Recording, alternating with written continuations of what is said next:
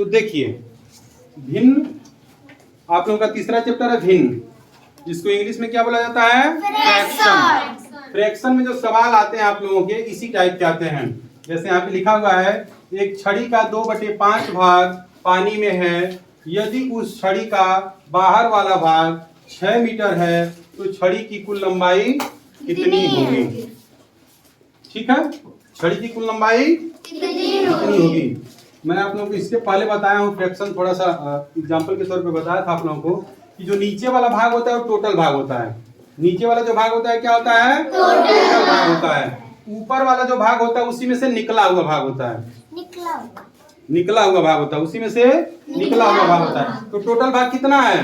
5। Total भाग कितना है? 5। पानी के अंदर कितना भाग है? 2। तो बचा कितना?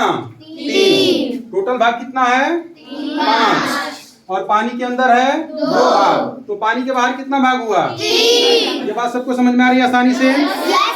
इतना समझने में किसी को कोई दिक्कत? चलिए, अगर इतना आप लोग समझ लिए तो समझ लीजिए कि इस सवाल को लगा लिए।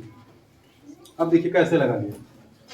करें कि टोटल भाग 5। 5 में से 2 भाग पानी के अंदर, तो कितना भाग पानी के बाहर? 3 भाग। तो 3 भाग, 3 भाग कहाँ है? पानी के बाहर है।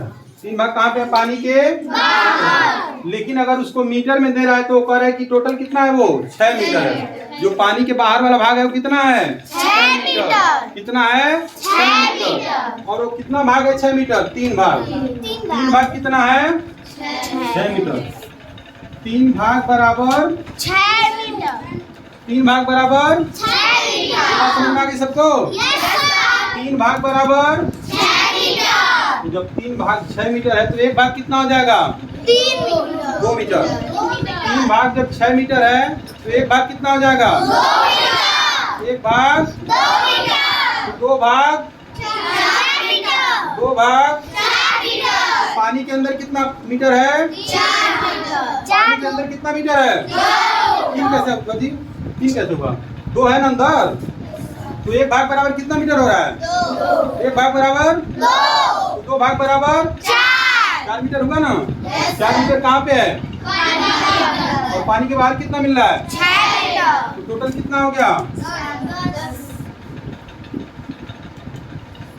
10। उस छड़ी की लंबाई कितनी हो गई? 10 मीटर। हो गया कि नहीं हो गया? Yes, अब अगर कोई पूछ देगा उसमें एक घुमा के भी पूछा जा सकता है कि पानी के अंदर वाला भाग कितना मीटर है, सवाल सेम रहेगा।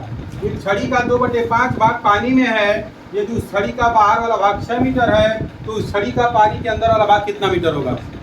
ऐसे भी पूछा जा सकता है। तो कितना हो जाएगा? 4 मीटर होगा ना? पानी के अंदर वाला भाग 4 मीटर। 4 मीटर।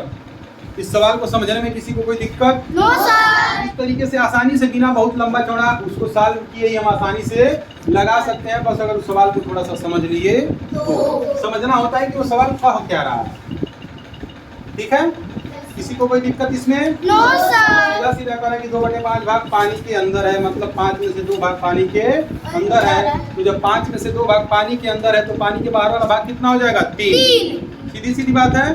पानी के अंदर 2 भाग तो पानी के बाहर 3 भाग, और पानी के बाहर वाला दे दिया है कि 6 मीटर है।